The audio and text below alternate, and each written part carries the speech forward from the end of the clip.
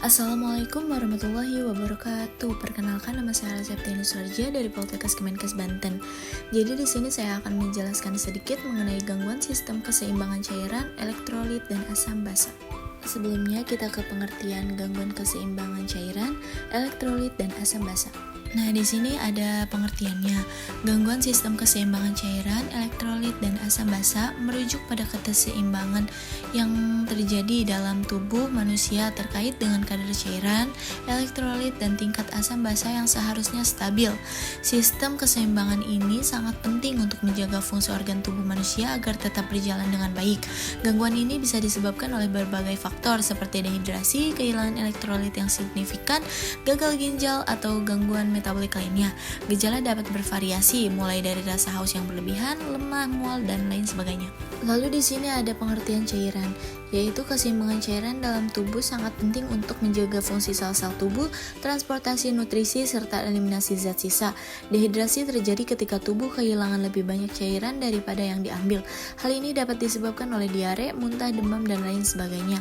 Selanjutnya ada pengertian elektrolit. Elektrolit adalah mineral yang larut dalam air dan memiliki muatan listrik.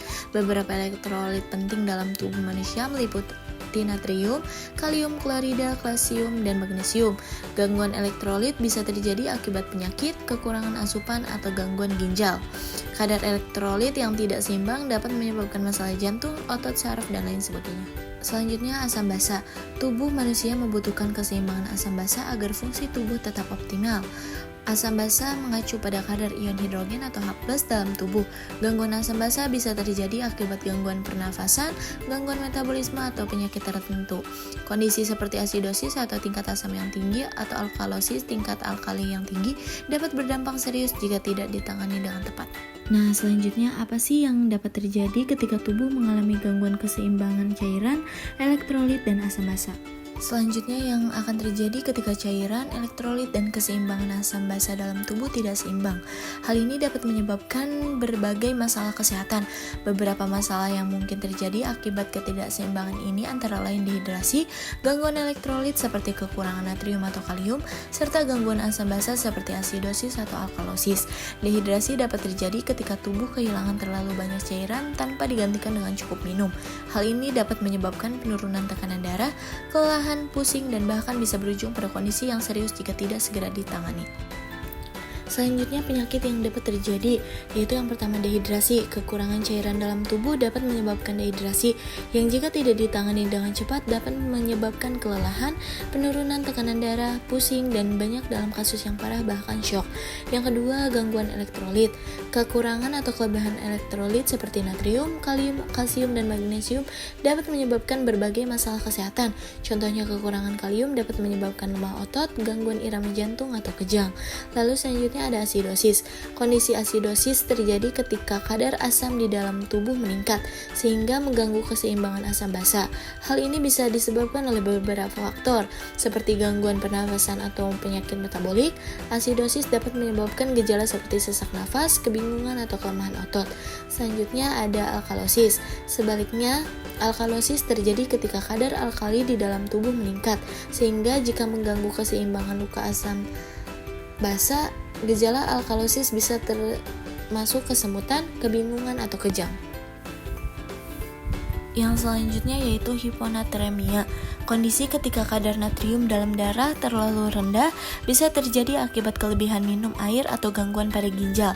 Selanjutnya ada hipernatremia. Sebaliknya dengan hiponatremia, hipernatremia terjadi saat kadar natrium dalam darah terlalu tinggi yang bisa disebabkan oleh dehidrasi atau gangguan pada ginjal.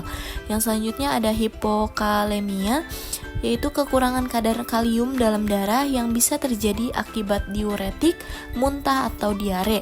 Yang selanjutnya ada hiperkalemia, yaitu kondisi di mana kadar kalium dalam darah terlalu tinggi bisa disebabkan oleh gagal ginjal atau penggunaan obat tertentu.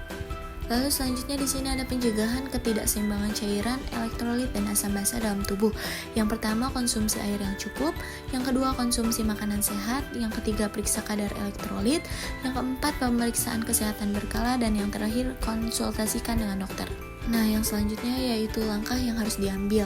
Yang pertama itu jangan menunda-nunda untuk mencari perawatan medis. Yang kedua itu minum air putih dalam jumlah cukup. Yang ketiga hindari minuman berkafein atau beralkohol karena dapat memperparah kondisi ketidakseimbangan elektrolit. Yang keempat, jika diperlukan, dokter mungkin akan memberikan terapi cairan intravena atau infus untuk mengembalikan keseimbangan cairan dan elektrolit dalam tubuh. Yang kelima, patuhi instruksi dokter dan ikuti perawatan yang direkomendasikan. Yang keenam, lakukan pemeriksaan lanjutan dengan sesuai arahan dokter untuk memantau perkembangan kondisi. Sekian dari saya, kurang lebihnya mohon maaf. Wassalamualaikum warahmatullahi wabarakatuh.